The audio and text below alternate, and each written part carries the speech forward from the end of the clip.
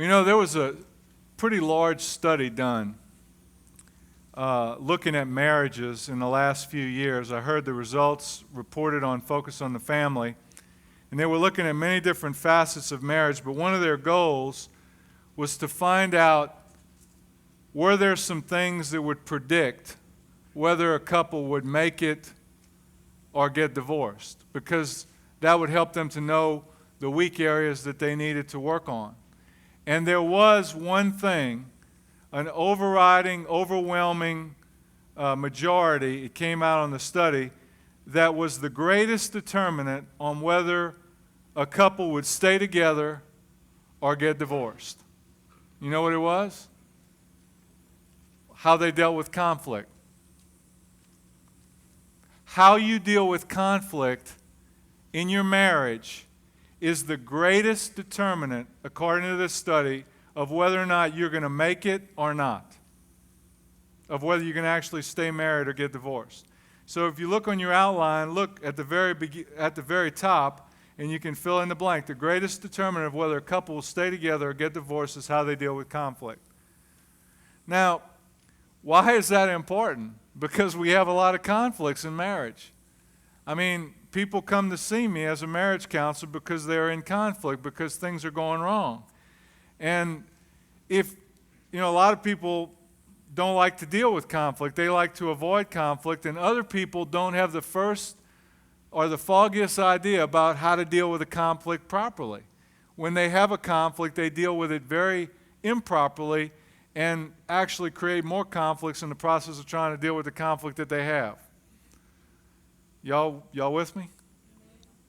So, to understand this, or to begin to talk about it, I want you to understand there's 3 stages or phases that couples go through in their marriage that pertain to conflict. When they first get married, they go through the honeymoon phase. Everything's wonderful, usually.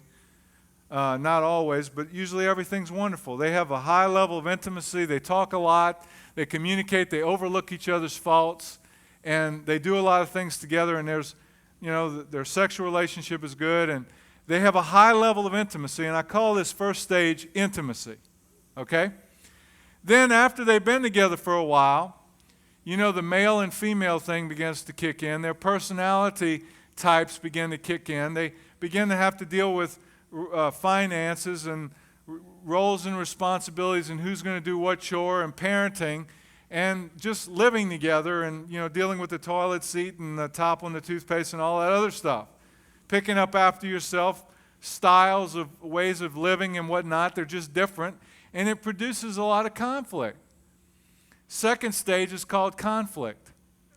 Now, depending on how you deal with that conflict, you may move into the third phase, which is called withdrawal, which typically happens when a couple doesn't deal with conflict properly. They might argue, fuss, and fight, but they don't ever resolve the conflict, and usually the conflict is, pushed aside. Really, actually, the way that it happens is you get in a fight, about something. And if you both are arguers or yellers or screamers, you both have it out, and you say mean words and things get said. And then you pull away. Or if one of you is the avoider, you don't say a whole lot, but the other person lets you have it. And then afterwards you withdraw, and you kind of go to your respective ends of the house, so to speak. You go to bed and there's the Grand Canyon like we talked about. You don't talk. You don't talk. You just had it out, and you're both kind of bruised and beaten up, and so you withdraw. And what happens is that usually goes on for about 3 or 4 days until it gets lonely, or until the man has a need to be close, if you know what I mean. And he might be kind of feeling lonely a little bit, and he says it's getting to where we don't like this distance. At first we needed the distance because we were mad, but after you have this distance for a while, you start to feel lonely and you start to feel uncomfortable with the distance. So usually one of the two will, out of feeling so uncomfortable out of the distance, they will try to, engage the other person. Might do something nice, like maybe the husband will bring the wife a cup of coffee, or The wife will say something in a nice tone. She hasn't spoken in 3 days, but she says something nice, or the husband says something nice. And then you know what happens is it feels so good that we're not in this conflict anymore, that we're being nice to each other, that we just start being nice again. And things just go on like nothing happened. But we never go back to the conflict. We never go back and resolve it. It just kind of gets swept under the rug. And after a period of time, if you have enough of these swept under the rug, pretty soon there's a mound under the rug, and it begins to serve as a wall between us. And therein lies the essence of the stage 3, withdrawal. Many times when couples come in to see me, they have had many unresolved conflicts. Many things they have argued and yelled about but have not been resolved. So they just got tucked away. They just got swept under the rug. Well, you know what? You can't have true intimacy in a marriage if you don't resolve conflict. You can't sweep things under the rug and not resolve them. And by resolving them, I'm going to show you what to do to resolve a conflict in a minute. But by resolving them, I mean you either talk it out, one person listens, the other person explains how they feel, the person acknowledges their feelings, or you make an agreement, or you forgive the other person, or you make a commitment to do something different in the future. It could be any number of things. But they can't just be unresolved. It would be like me having a friend, and we go on an outing together to the golf course, and he forgets his wallet, and he says, "Man, can you loan me some money?" And I loan him $50 to play golf, okay? And let's say he never remembers to repay me. And I don't like to deal with conflict, so I don't ever say anything. Do you think our relationship would ever be the same after that? Every time we're together, that thing's going to be there. Even if I forget it, it's going to still be there. It's going to erode the closeness that we feel. And one of the reasons why couples, their intimacy level begins to wane or it begins to erode is because there's so many unresolved conflicts. There's so many things that have happened. There's so many hurts. There's so many little things that have never been resolved. Y'all with me? Can you relate?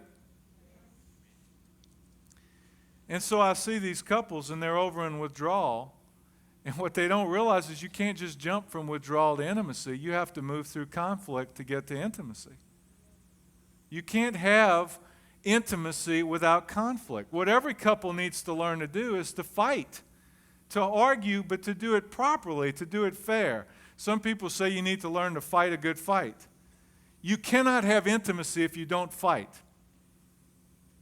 If you never fight, I can tell you don't have a lot of intimacy because there's no way you can live with a member of the opposite sex and not fight.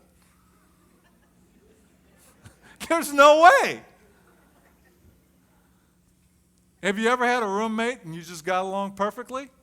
You can't, your marriage is a roommate, you know? Remember in college when you had roommates, how much they irritated you and aggravated you, their little things? Well, in marriage, it's that way, isn't it?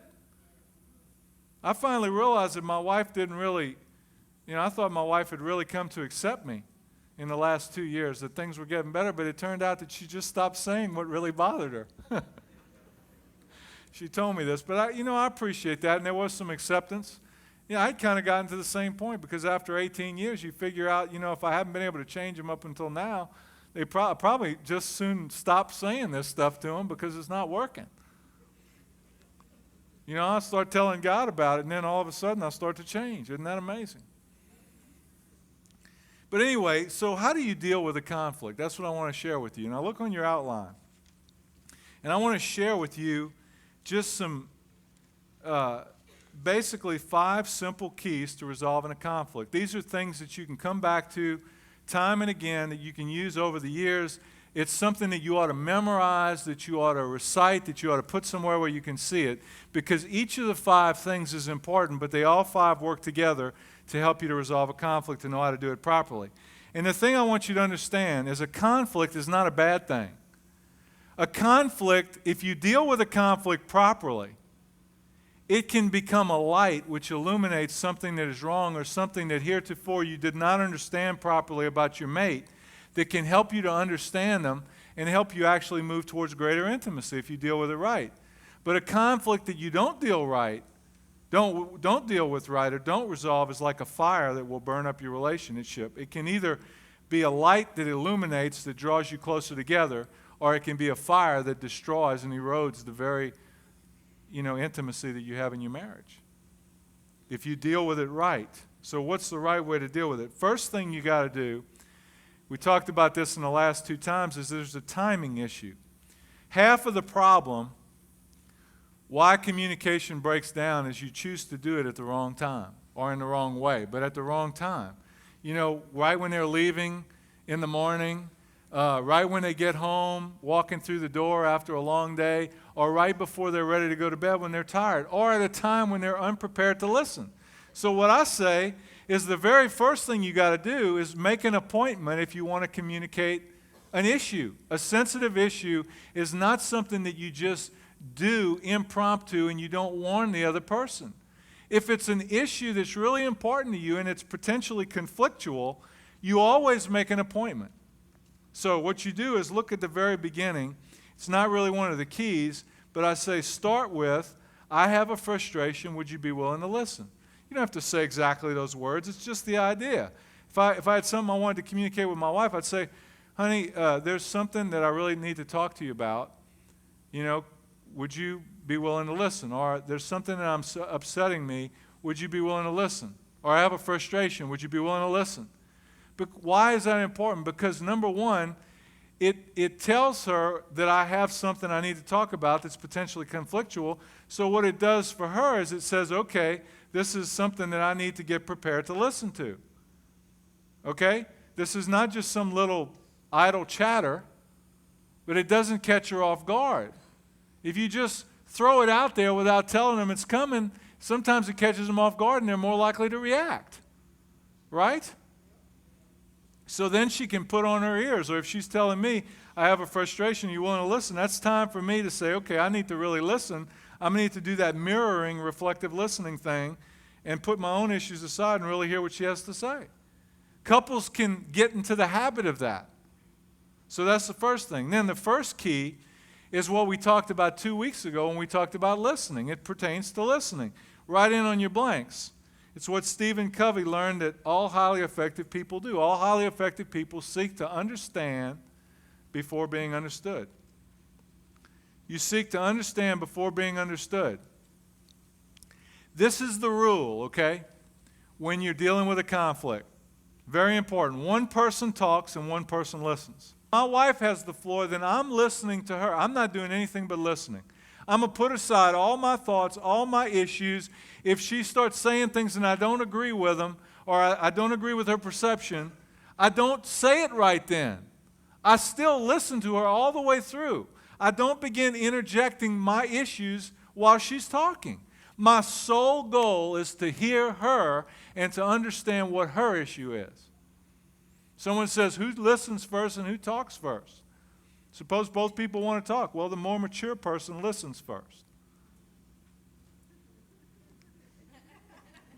Or the person that won't shut up, the other person listens first. The person that insists on talking, the other person listens. Y'all with me? And listening is the most important part of resolving a conflict, because that's where people blow it right there. They don't listen. I know, because I listen for a living, and listening is difficult. You remember we talked about the scriptures? Some of them, I'm not going to repeat all of them. Proverbs 18:2. A fool finds no pleasure in understanding, but delights in airing his own opinions. Proverbs 18:13. He who gives an answer before he hears it is folly and shame to him. Paraphrase that. He'll give a stupid answer. Proverbs 15:28, the heart of the righteous ponders how to answer. He actually thinks about how to answer. He thinks about what the other person is saying. Most of the time when couples get after it, one person starts talking and all the other person's doing is reacting. They're not listening. You need to really listen. You see, the reason you don't listen is you think you already know what they're going to say. You've heard it before. You know how they are. You know how they think. You know what they feel. Let me just tell you something. You don't. And even if you think you do, you ought to at least give them the respect and the courtesy to hear them out. Do what God does with us. His mercies are new every morning. Pretend you don't know the person and listen to him like you're listening to him for the first time.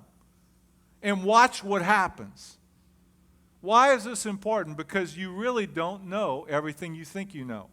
I heard a story once that perfectly illustrated this.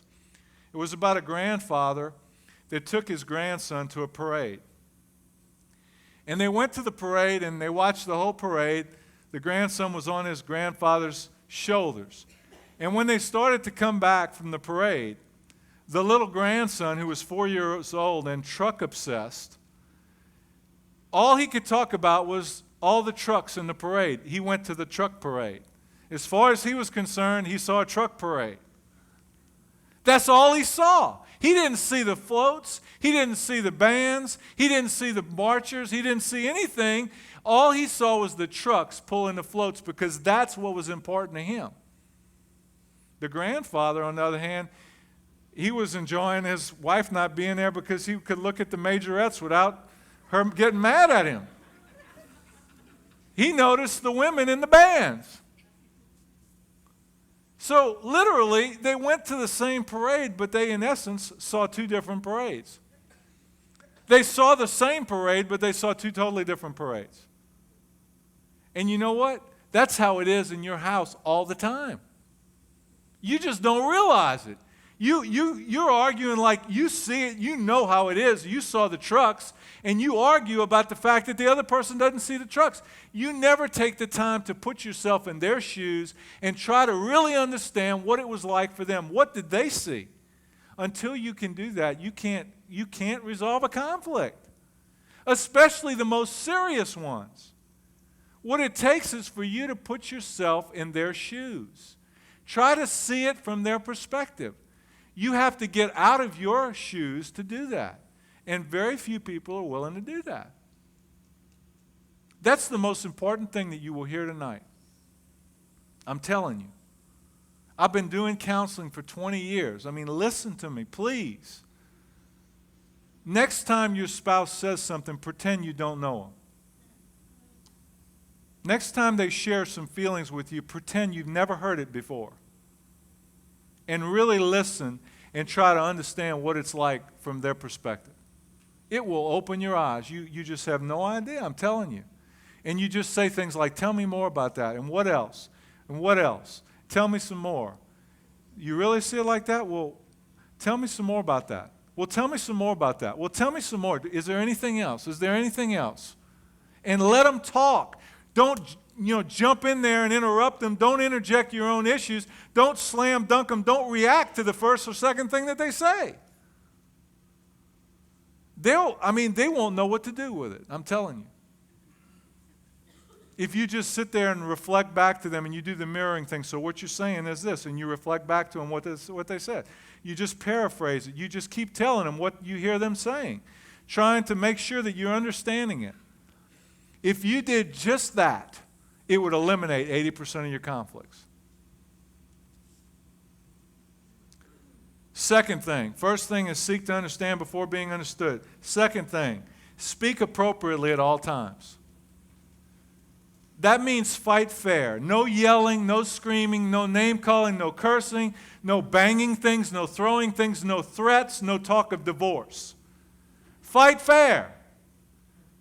The scripture, what does the scripture say? Ephesians 4:26 says, let no unwholesome word proceed from your mouth.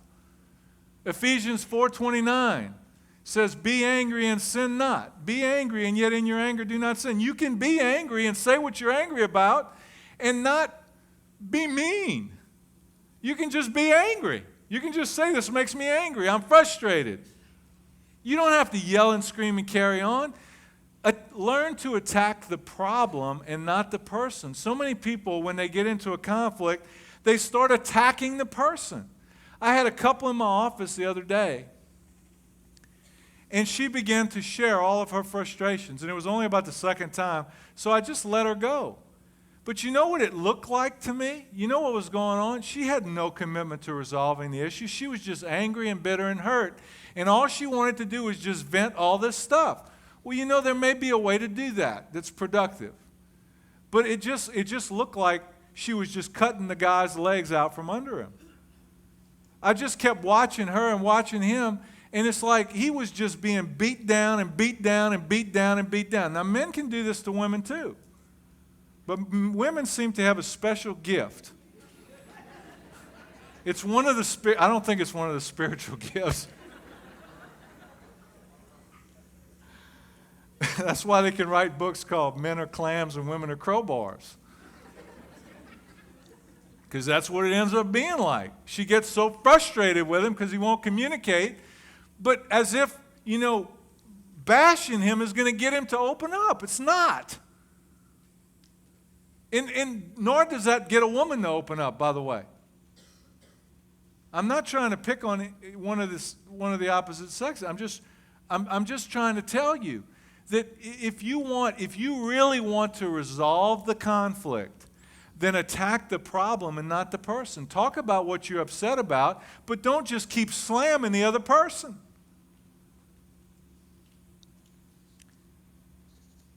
James chapter 1 verse 19 says, let everyone be quick to hear, slow to speak, and slow to anger. If you're quick to hear and you watch what comes out of your mouth and you think about what you're going to say, you will be slow to anger. And you don't say things like, you never or you always. You don't start out with a you statement. That's not speaking appropriately. If you have an issue with your spouse, you describe what they did, what the behavior was, and you tell them how you felt about it. You use I feel statements versus you statements, because that just puts people on the defensive. Third thing. First one is seek to understand before being understood. 2 is speak appropriately at all times. 3 is stick to the issue. Let me just say it for emphasis. Stick to the issue, stick to the issue, stick to the issue, stick to the issue, stick to the issue. Will you please stick to one issue? Let me share with you an example. I'm telling you, this is a typical example of a couple. You remember Dan was late. It could be Dan and Marcy. I'll just use them for sake of example so you can follow the role play. It could be any couple. It could be about any issue. Marcy says, you're late. Dan says, well, what about you? You're always late. Marcy, I am not. You're the one who's always turning the tables, trying to make me out to be the bad guy. Dan, you're the one who's constantly criticizing me. Marcy, well, you never home anymore. Dan, well, what do you want me to do? Quit my job? Marcy, why can't you work normal hours? My dad did.